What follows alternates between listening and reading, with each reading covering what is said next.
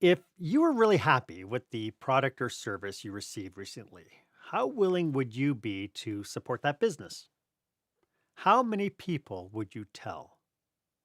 The truth is that people will trust what other people say about your business, whether that is the good, the bad, or the ugly. So, how can you control that narrative? That's what my guest and I will be discussing today on Marc Haine Live.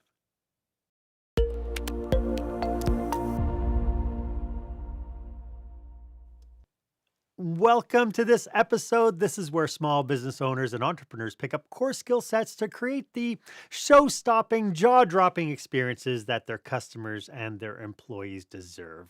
I am your host, service expert, and master of experiences, Marc Haine. I so appreciate you taking time out to be with us here today. My guest for this episode is customer marketer therapist, Dana Alvarenga.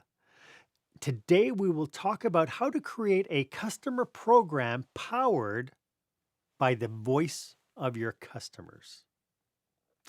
When I first got into business in the early, and I mean super early 80s, becoming known for what we do was relatively easy because people figured out what we do and how we do it. It was much easier, I think, than it is today. We marketed to our local consumers.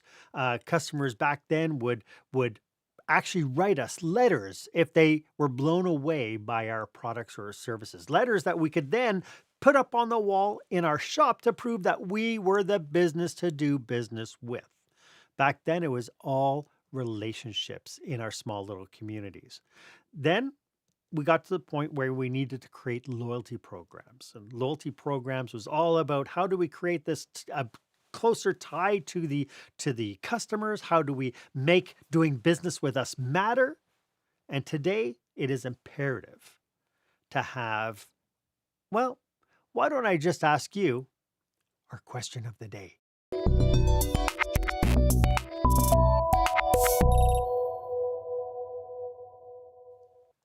I started out today's show about talking about the power of word of mouth to support your business, and what are you doing to create the relationships that you need to create with your customers? What are you doing to curate the word of mouth about your business today? Why don't you go ahead and put your comments in the comment box? Tell us a little bit about what you're doing to make sure that you're doing that, curating those stories from your customers. And at the same token, hashtag it experience leadership because that way you can become part of this conversation. My guest today is Dana Alvarenga. Dana is the VP of Customer Experience at Slapfive, and she leads the customer success function along with education and advocacy within Slapfive. With over 15 years of experience in the technology industry within sales training, management, customer education, success, her role is to deliver an amazing customer experience by constantly improving and building customer focused programs and processes. Dana, welcome to the show. It's so exciting to have somebody who plays in my realm on the show. Yes, yes. Thank you so much. I'm excited to be here. Yeah. Before we get into today's topic, could you just tell us a little bit more about Slap 5? Yes, yes. So Slap5 is a customer marketing platform. And we actually look to help our customers combine customer content, customer advocacy, customer references, customer campaigns into a single solution, and give them and their company visibility into the engagement of their customers and the influence on revenue that these engagement have. So why is now? I mean, I talked about how life was in the early 80s. I mean, really, if you wanted business, you put ads in local newspapers. You did kind of that whole push marketing where you're just telling people what you're all about. And really, at the end of the day, we knew that if somebody had a really bad experience, I think the adage back then was if somebody has a bad experience with you, they're going to tell 10 people. And so if you serve somebody who worked at the bank, oh my goodness, did it get around the bank? Why now is this kind of new way of marketing to customers? Why is this so important today? It's so important because you're meeting your customers where they're at, and it's about them. So it's asking what opportunities would they like to participate in? Would they like to provide a testimonial? Would they like to do a video? Would they like to be on a webinar? You're asking them up front what they would like. So then when the opportunities come up, you then know who already raised their hand and is interested, instead of going out and begging for favors from your customers, or bribing them with points or gift cards. It's not about that. That was a fad for a while, coming from the B2C space, I think, that bled into B2B, and it's more about what's in it for them, and what do they want to do, and knowing that.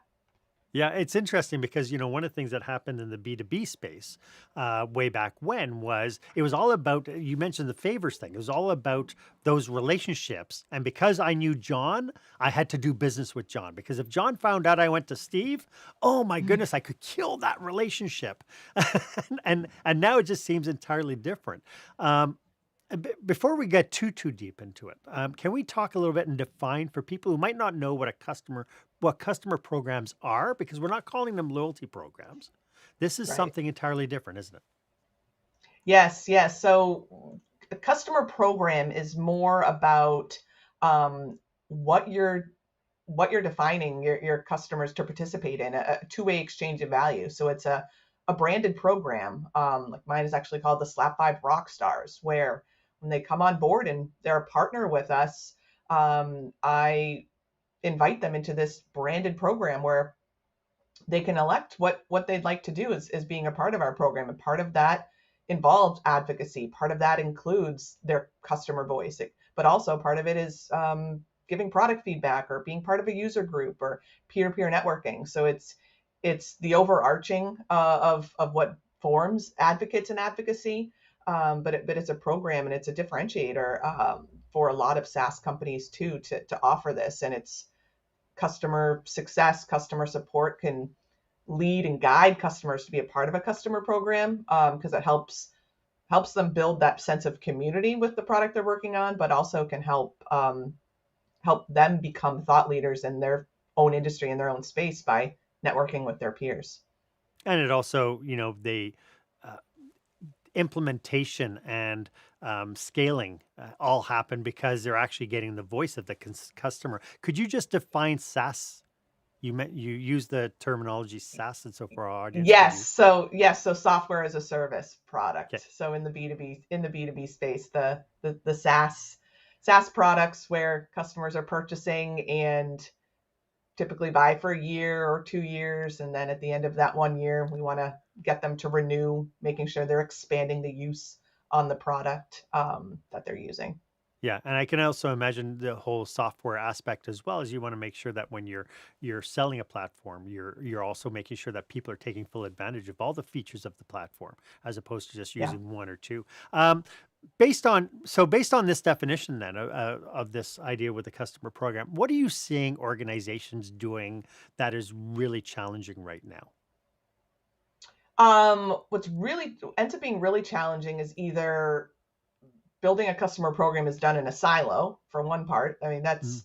that's a big challenge where I've seen them fail. And personally, I've had a program that's failed, as it was just created in a silo. So learning from that mistake, and then also challenges of just not going to your customers and still thinking in the world of the old school way of marketing, of you want to have happy quotes out there, and you talk about yourself and your bells and whistles and products and features, but it needs to be about the customer, and talking to the customers. What do they want? Do they want a customer program? Do they want to become advocates and talk about, what great successes they're having, and how they're exceeding in their own company, and how they're elevating their own brand and their own level of their role, and, just making sure you're doing your homework, and the challenges come when you're not doing that. You're not talking to your customers, and it's being created in a silo.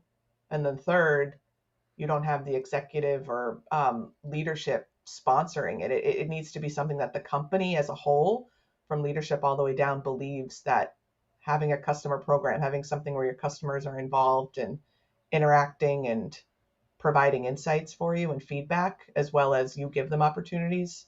Two-way two-way exchange of value. It's a two-way street. You give to get. Yeah, it's amazing because as you're saying that, I'm just thinking to the word that just kept percolating in my brain is the word is corporate culture. Like you cannot have Yes. a customer centric corporate culture while you're trying to do this. You cannot not have a customer centric corporate culture when you're putting these programs together. Exactly, exactly. It needs to be customer first. And a lot of, I feel like a lot of companies that maybe were product led or product first are shifting to being customer centric or customer led because they're incorporating the product aspect into a customer program, for example, of making sure customers are design partners or they're part of product feedback sessions, because we're realizing you're creating a product for your customers to use. It's great. Products can be created, but once again, if it's in a silo and it's a feature you think is cool or that they'll use, it doesn't matter if the customers don't see value in it or it's not going to help them. So you need It's to shift from that product focus to customer focus. It's so amazing. I just had this conversation with one of my speaking coaching clients because the client has this presentation they want to do, and I said, "But what are you trying to solve?" Well, no, it's just it's really important information. I go, "Yeah, but why should the customer care?" Well, because it's really good information. Yeah, I know. They're looking at it. This is what I have to sell, but I don't have clarity on how it's going to serve the customers or how the customers are going to benefit. I just know it will. Exactly. And that's, yeah, that's a pitfall. And that's the old way of thinking. I mean, that's the old way of the B2B, business to business space, Yeah. for The sure. the So whole build it and they will come. yes, Yes. exactly. Yeah. When it comes to customer programs, when people think about this stuff, I mean, again, I'm still dealing with people who are still, just striving to get really good loyalty programs. But I think we've gone beyond that now. The whole counting points and, creating values by visits and purchase value. I think now we've gone far beyond that. What myths are there about customer programs for the uninitiated? I mean, I think the myths of one, like you mentioned, are it is begging for favors and bribing the customer. So it's not about that. It's defining, once again, getting that, defining that what's in it for them, and what value do they get out of it. And that it's not always, another myth is that it's not always a top performing customers that are highly involved or highly engaged, or the most revenue spending customer that are the most highly engaged or spent. Sometimes it's the small ones that are maybe just using one part of your product, or they're on a pilot, but they're super engaged and really want to do a peer-to-peer call, or they want to lead a webinar, they want to speak on a podcast, they want to talk about the successes that they had, even if they're very small. So it doesn't have to be just for your big enterprise level, large revenue spending customers. It's for everyone and at every stage. That's the other myth, that for a while people thought customer programs, or advocacy programs, however you're calling it, were only once customers reached a certain milestone. Either they are done being onboarded, or they've used enough of the product from a usage perspective. It's not about that. It should be right when they sign on that they're invited to it, because that's when they're most excited. They know what they want to achieve out of it. Um, but then go back and evaluate with that customer. When you signed up with us, you joined this customer program and you raised your hand to be a peer-to-peer reference call. You raised your hand to speak at an event. Is this still eligible? Are there more things you want to do now, or are there less? And usually they open up because they're more experienced and they offer more activities that they're willing to do with you. So that's how I I would think it's answer so that. amazing. In one of the presentations I do, I talk about the customer journey and how, you would never, for instance, you would never talk to an employee the same way 2 years in as you would do on their first day. Right. So Exactly. we know that people come through a path with us. And what I love about your approach is this thing about you go back and you poll them on, okay, well, this was true when you first started with us, and 6 months in, a year in now, is it still true? Are you still getting the end result? Are you still being able to participate? Are you still doing the same passion projects that you set out to when you first joined us? And I Exactly. kind of really appreciate that as well, because ultimately what you're talking about is really turning the customer into like a great ambassador to your brand. Yes. And Yeah. that's and you say ambassador too. That's a huge name that a lot of even customers that I work with, they call their customer program the ambassador program. It's instead of like mine, Slapfive rock stars, ambassadors, and that's truly what they become. They become rock stars. They become ambassadors. They become thought leaders, and that in turn is them advocating for your brand and doing a testimonial by talking about it, and it's indirectly saying they were influenced by and got to where they are today because of working and partnering with your product. So Yeah, it's it's a so amazing. win-win. Um, the whole word of mouth thing, and we know the people are out there, and I know that there's some people who would maybe be watching this and go, "Oh no, my customers don't talk to each other," and it's like, that's and again, that's one of those myths that people don't talk to, and I think people do. I mean, I can't tell you in Yeah. a span of a month how many people I'll go through on what applications am I using? How, somebody will watch my podcast, go, oh, how do you do the pop-ups on the screen? And so then I go through and recommend the software and show them how I do it and all this sort of, and like those voices actually really matter when you want to push your business forward. When it comes to that, you know, you have Slap Five to help make this happen. When it comes down to this, where do you think people's barrier is when it comes to adopting some of this technology? So, I mean, and people can power a customer program. I mean, without Slap5, obviously it makes it easier because it puts everything in one place. I mean, when small companies or teams are just starting off, you're doing it with a spreadsheet. You still can do all of these things with Yeah. a spreadsheet, a Google form. Some of the barriers are not offering a variety of different, what I call micro programs that sit under your main customer program. So that's those different activities that some customers do not like public speaking. Some aren't interested in really doing a peer-to-peer reference call. They'd rather be on stage in main speaking events. They'd rather do kind of those large things. So it's boxing it in, and only the barriers would be only having certain activities that either you need to be super experienced in the role or you need to have moved further along that customer journey to be able to give any value for that opportunity. So it's making sure you have a variety for where they are in their customer journey, where they are in their own personal leadership of their own career. Mhm. And that's a big barrier. And that's where I try to always offer and recommend having what I call micro programs. So various programs underneath um, your main branded customer program. Sure. Yeah. Well, and you bring up a really interesting point because I think your advocacy hat tells you can't treat everybody the same way. Not everybody's going to want to do the same thing, which I think is, and again, this anybody watching this, perfectly well, you can't treat every single customer exactly the same way, even though it would make life easier. Yes. But you Yeah. just can't. Yeah. You just can't. Yeah. And I'd when like we're to go go. ahead. No, please go ahead. When we're saying one thing too, I mentioned earlier, when we're saying powering your customer program with customer voice, and I don't think I mentioned this too. It's their authentic voice, like this right here. If Yeah. I was on a YouTube live or a podcast with my customer, this would be their authentic voice talking with me, and I could then go back and edit that out, edit myself out, and just have my customer saying a short 1 minute spiel that talks about what value they're doing or what exciting thing they're doing. And there's the customer voice versus putting on your website or sharing on social somewhere.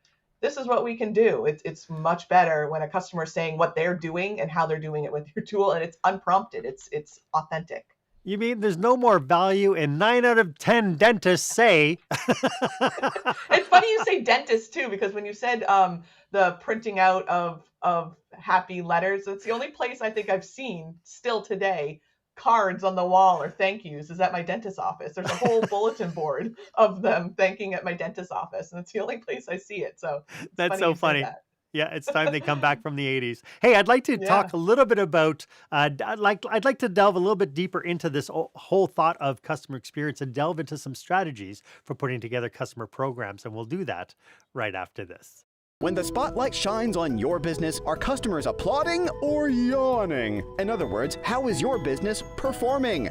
Make your business a star with the new book, Lights, Camera, Action, Business Operational Excellence Through the Lens of Live Theater by Marc Haine. Marc uses his business and acting experience to help you see your business like a live show, so you can create a performance your customers will never forget. Buy Lights, Camera, Action today at your favorite online retailer or directly at marchaine.com. Welcome back. I am speaking with customer experience expert Dana Alvarenga. Dana, over the last 15 years, we've actually really been hearing a lot about customer experience. It was all about customer service, customer service, customer service. But it's shifted now, and customer experience is really kind of like customer service is part of the customer experience, but not the whole thing. Where are we headed with customer experience? So I would say that the future of customer experience, and not to keep saying the same thing, is going to go back to that customer program that's powered with that true authentic voice of your customers. So it's having your customer program be that two-way exchange of value, where the customers are expecting to be asked to share their advice, their experience, their knowledge, and they're doing it like willingly, and they want to. So that I definitely see the future be about meeting your customers where they're at for your customer experience, and then really focused on peer-to-peer engagement as well. Customers, one, that if you're selling a product, they buy from people they like, and they also buy from people that are just like them or are doing the same thing as them. So building a culture and building a company or a customer program that allows for peer-to-peer engagement, allows for a way for them to talk. It's in a Slack channel or chat on Zoom meetups or cohort meetups where they can just talk about their problems. Um, I host a group therapy webinar series, so it's group therapy for customer marketers, where they can talk about a challenge. So it's coming to them, and it's a topic that everyone's talking about. So bring them together, think of ideas, think of ways to overcome these challenges. So the future is really going to be about that two-way exchange of value, focus on authentic voice, and a lot of peer-to-peer engagement for sure. And it sounds like the other aspect is community. I mean, when you're bringing Yes. everybody Yeah. together, It ends and up building a community. Yeah. I love that quote, Seth Godin. People like us do what people like us do.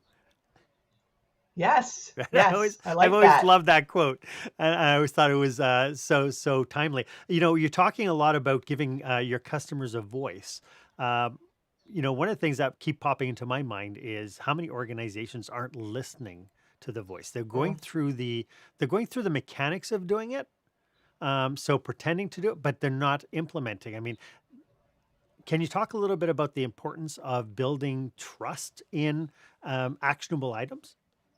Yeah, and that's it right there. The actionable item of it's great to listen, even getting survey results if it's in text format, but follow up. Why did they respond in that way, or why did they give the NPS score? It's closing the loop, but close the loop with capturing the customer voice, have that authentic voice captured of why, and then putting it to use. So that's a big thing that I strongly always recommend and try to get all of what I do and even my customers to follow is making sure you're showing how the customer voice is getting put to use. If it's a product feedback session, come back with here's the feedback of what we have, build a user group meeting.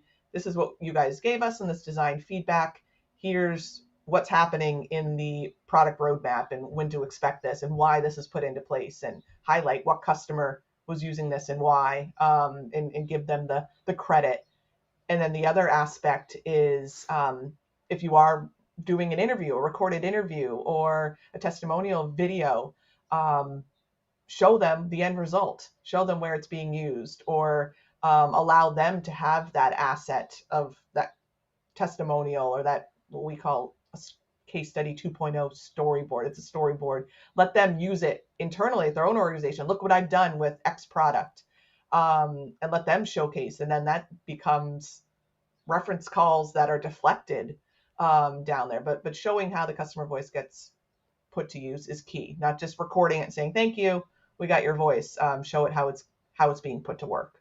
And I like that because you close the loop when you give them something that they could brag about as well, that they could turn Yes. around and talk about. Like I'm proud that I sit on a post-secondary board for the industry as an industry representative. So they have an advisory board, and so I'm proud that I can lend my voice to what the future of that post-secondary is going to be when it comes to hospitality and culinary art programs because of my background. And so when something happens and I mention something that I'm seeing in the marketplace and then they're able to implement it in their curriculum, I could turn around with a little bit level of pride that says, you know what, I helped make that happen.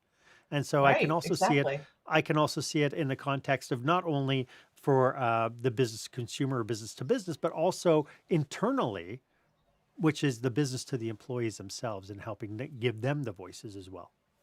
Exactly. Yep. Yeah. I imagine that from everything that you've talked about, that this is not a case of you put the program in place and you set it and forget it. Yeah. No. That's funny. Yeah. No. So, talk a little bit about that. Like how when people put these programs in place, how often should they be revisited? How often should they be tested for relevancy? I would say, I mean, at a minimum, yearly, annually, the program should be almost like a program audit. What you're able to, if you're tracking correct, what engagements your customers are doing with you. You can see where there's a low number of engagements. Why is that? No one wanted that opportunity, or it's not really valid. You don't really need to be offering that. Or what you can look on a scale of what customers have engaged a lot and what who hasn't. How is that influencing revenue? Which customers purchased another year, which renewed. So making sure that you're tracking and looking at that aspect is definitely important. Would you, part of it, the content, like I like that you would define your customer groups into their points of interest. Yeah. Would you suggest that as one of the best practices that those lists should be kind of tested constantly so that you see if there's a lot of drop off? If you turn around and you say we want to test something with this group and only 20% of the people step up and say yeah I'll do it, do you have a problem? Yeah, I mean that's definitely something you'd want to evaluate and look.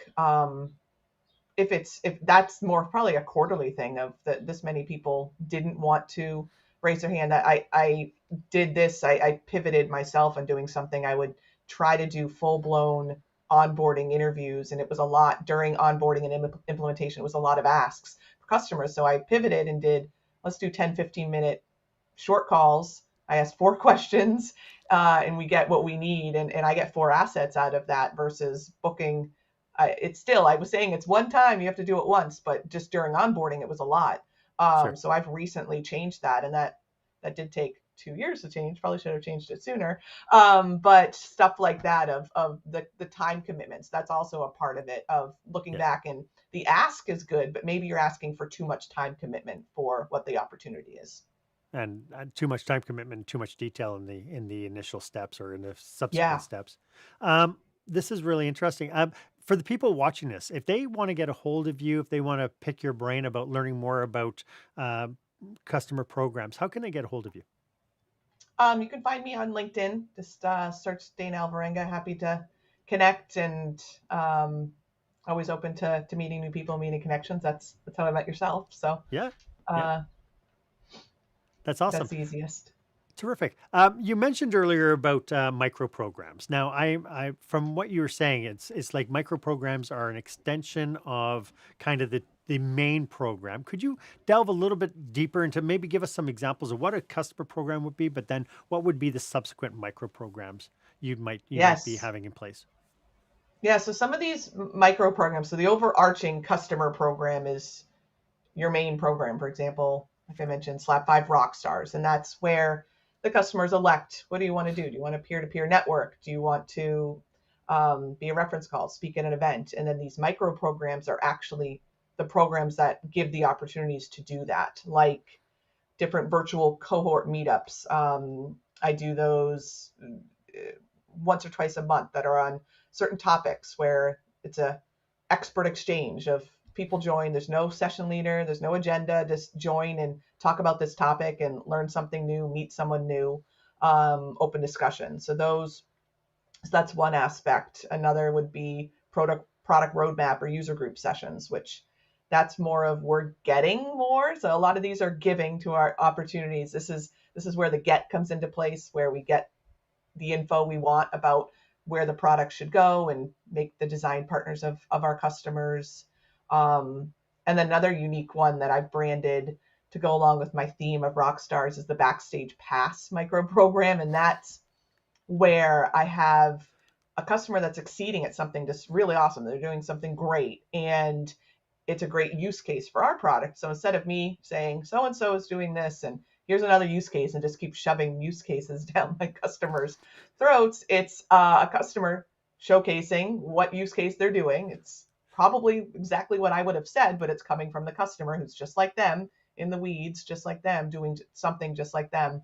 A short 30-minute backstage pass where their peers go behind the curtains of what they're doing with their customer program or their advocacy process in general, and that's worked really well. And it's just fun to continue the theme of Slapfive Rockstars to the Backstage Pass. Yeah, With it's almost like you need to get that branded and turn it into like the Van Halen backstage pass or yes, I know what that when it came to loyalty programs, I worked with a lot of organizations. They jumped on the bandwagon for loyalty programs. Many operators got them basically to say that they had them. You know, it's like, oh, yeah, why'd you get the? Well, because everybody else has it, so I just needed to get one. It seems like we were more about the operator than we were about the customer back then. yeah. Now it seems to be shifting. Is that a fair statement? Oh yes, 100% it's shifting because that model was about um, more about the leaderboards and points or gift cards that would be achieved. And that's okay for some industries and in some roles, but it's not going to apply to a CIO, for example, a chief information officer at a technology company. That they want to have more of that influence on a product roadmap, for example, or they want to tell you what opportunities they want to be given. And when that time comes, they raise their hand that they could speak at a conference for you versus when you had kind of the old way of it's putting out fires. It's chasing customers to you'd have to search for weeks for someone to speak at an event. It's chasing them all over the place. So it's avoiding those fires because that's not reusable. It's not scalable. It's not measurable. But when you have a formal program where you know who wants to do what, when they've done it, how many times they've done it, and you can measure it, report on it, all of that fun stuff. Yeah. So, I mean, when it comes down this idea of implementation, when it comes down to implementation, there must be some steps that people need to be able to cover. Could you just briefly give an overview of kind of anybody who is thinking about, I'm thinking that a customer program might be worthwhile, but Yeah. they don't know what those steps might look like. Yeah, so the steps that you would want to go through would be do your homework, research what you have internally, who you have internally of customers who've done things, talk to them, talk internally and talk to your customers. Then look to build the program, formalize a program, define what's in it for them, define the activity types, define what it's branded by, and then launch it and make fanfare about it, make sure that everybody knows about it, and have almost like a content calendar ready of opportunities that you can serve up to customers. So it's not a, yay, we launched it and 3 months go down before you talk to anyone to say, join a webinar or be on a peer-to-peer call. And then comes the measure phase of measuring and evaluate and tweak the program where you need to, based on what we talked about earlier, if there needs to be any changes of description or just take something off of the program or add something new. Those would be kind of the four main steps, I'd say. Yeah. Very good. I'd like to get into some cautionaries about it because I have a sneaking suspicion there's some people who jump onto this not quite ready, thinking that this might solve their problem. And so I'd like to get into cautionaries right after this. When you're delivering an important speech to a huge audience, it's easy to lose your place or go way over time. Give yourself an advantage with the Pro Speaker Presentation Speech Timer app. No more checking your watch or calling for time. The Pro Speaker Presentation Speech Timer app keeps you on track with easy-to-see timers, even changing color for visual prompts during your speech. And you can set audio cues to practice or set it to vibrate so you don't even have to look. Be the pro you know you are. Download the app at speakerpresentationtimer.com. Welcome back. I'm speaking with customer marketer therapist Dana Alvarenga. I love that whole theme about getting people together and being their therapist, their marketing therapist. As you can, the audience can tell, we're super passionate about helping business owners and teams excel. If you're watching this and you belong to an association or an organization that is planning a leadership retreat, a conference, or some way of being able to implement some new ideas into your businesses, feel free to connect with us. All our details are in the show notes attached to this podcast, so feel free to reach out. So Dana, cautionaries. Quick tip, like I get really nervous when new ideas are coming through the podcast that some people would be watching this going, this sounds exactly like what we need. And it kind of becomes the fanfare of the month. When it comes down to customer programs, what cautionaries do we have for the audience?